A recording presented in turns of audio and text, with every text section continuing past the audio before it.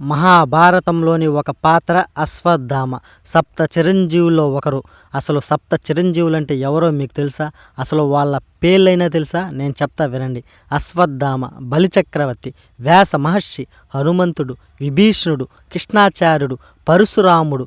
వీళ్ళనే సప్త చిరంజీవులు అంటారు. ప్రభాస్ హీరోగా నాగ్ అశ్విన్ డైరెక్షన్లో రూపుదిద్దుకుంటున్న సైన్స్ ఫిక్షన్ మూవీ కల్కి 2898 AD. ఇందులో ప్రముఖ నటుడు అమితాబ్ బచ్చన్ అశ్వత్థామగా కనిపిస్తున్నాడు. ఆయన పాత్ర పరిచయం చేస్తూ శరీరంపై గాయాలతో చిరిగిన వస్త్రాలు కట్టుకొని అమితాబ్ కనిపించాడు. ఒక షాట్లో యంగ్ అమితాబ్ కనిపించగా ఆయన నుదుటిపై మణి కనిపిస్తుంది.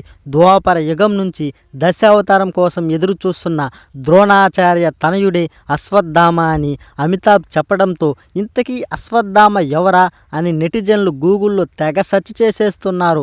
అసలు అశ్వత్థామ పాత్ర ఏంటి? పాండవులకు కౌరవులకు గురువైన ద్రోణుని ఏకైక కుమారుడు అశ్వత్థామ. అతడి తల్లి కృపి ద్రోణుడి తపస్సుకు మెచ్చి శివుని వరం వల్ల అశ్వత్థామ నుదుటిపై మణితో జన్మిస్తాడు. ఆ మణి ప్రభావం కారణం ఇతర మానవులతో పోలిస్తే ఆకలి దప్పుల నుంచి రక్షణ పొందగలడు. అర్జునుడితో సమానంగా ధనుర్విద్యలో నైపుణ్యం సాధిస్తాడు. ఎదుటి వారి ముఖస్థుతికి లొంగిపోయే గుణం కలిగిన అశ్వత్థామ మొదటి నుంచి కౌరవుల పక్షాన నిలుస్తాడు. మహాభారత సంగ్రామం జరుగుతున్న సమయంలో ద్రోణాచార్యుడు కౌరవుల పక్షాన్ని నిలబడాల్సి వస్తుంది. కథన రంగంలో ఆయనను ఓడించడం పాండవులకు అసాధ్యం. దీంతో ధర్మ పరిరక్షణ కోసం కృష్ణుడు పథకం రచిస్తాడు.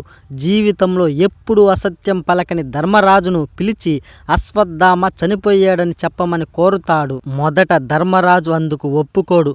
కానీ కృష్ణుడు సూచన మేరకు అబద్ధం ఆడేందుకు సరేనంటాడు. ద్రోణాచార్యుడు పాండవ సైన్యంపై తీవ్ర స్థాయిలో విరుచుకుపడుతున్న సమయంలో ఆయన ఎదురుగా వచ్చిన ధర్మరాజు అశ్వత్థామ అతహ అని గట్టిగా చెప్పి కుంజరహ అని నెమ్మదిగా అంటాడు.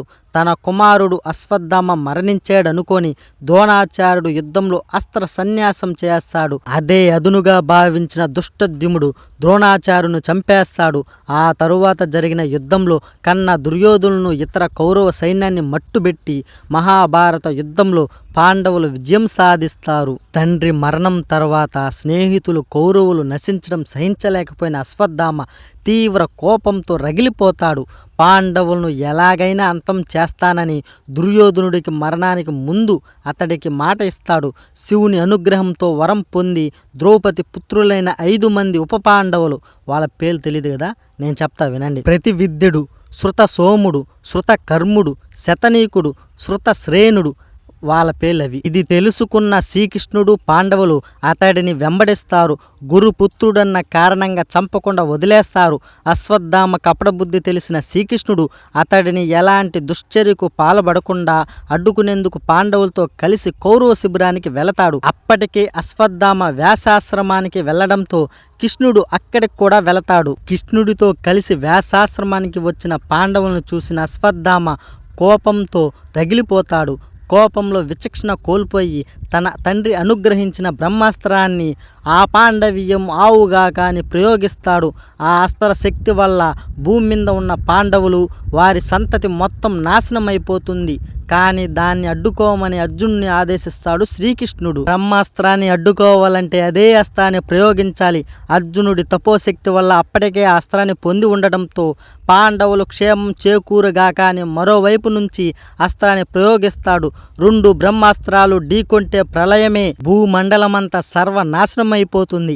వెంటనే ఈ ఉపద్రవాన్ని గ్రహించిన వ్యాస మహర్షి నారదుడు పరుగున వచ్చి అస్త్రాన్ని ఉపసంహరణ చేయాల్సిందిగా అర్జునుడిని కోరుతాడు.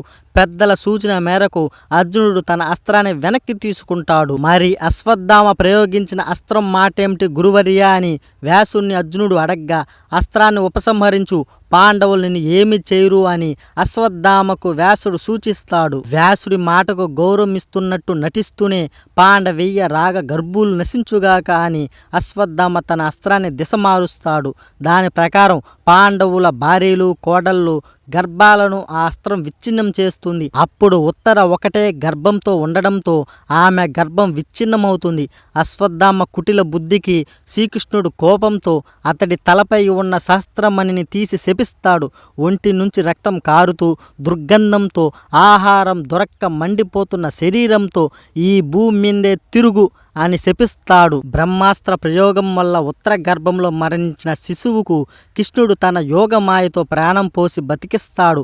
ఆ బిడ్డ పుట్టిన తరువాత ప్రతి ఒక్కరిని పరీక్షగా చూడడంతో అతడికి పరీక్షిత్ అని పేరు పెడతారు. బ్రాహ్మణుడు అన్ని విద్యలో సుశిక్షితుడు అయిన అశ్వత్థామ రాగ ద్వేషాలు బంధుప్రీతి కారణంగా క్రోధం మూర్ఖత్వాలకు లోనై శాపగ్రస్తుడయ్యాడు. ఆయన జీవితం ప్రతి ఒక్కరికి గుణపాఠం. ఇంకా కల్కిలో అమితాబ్ అశ్వత్థామగా కనిపిస్తుండడంతో ఆయన పాత్రపై అందరిలోనూ ఆసక్తి నెలకొంది.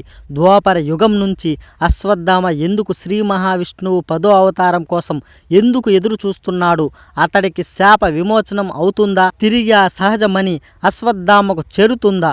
భైరవాకు అశ్వత్థామ సాయం చేస్తాడా లేక అతడితో పోరాడతాడా వంటి ప్రశ్నలకు కల్కిలో సమాధానం దొరికే అవకాశం ఉంది.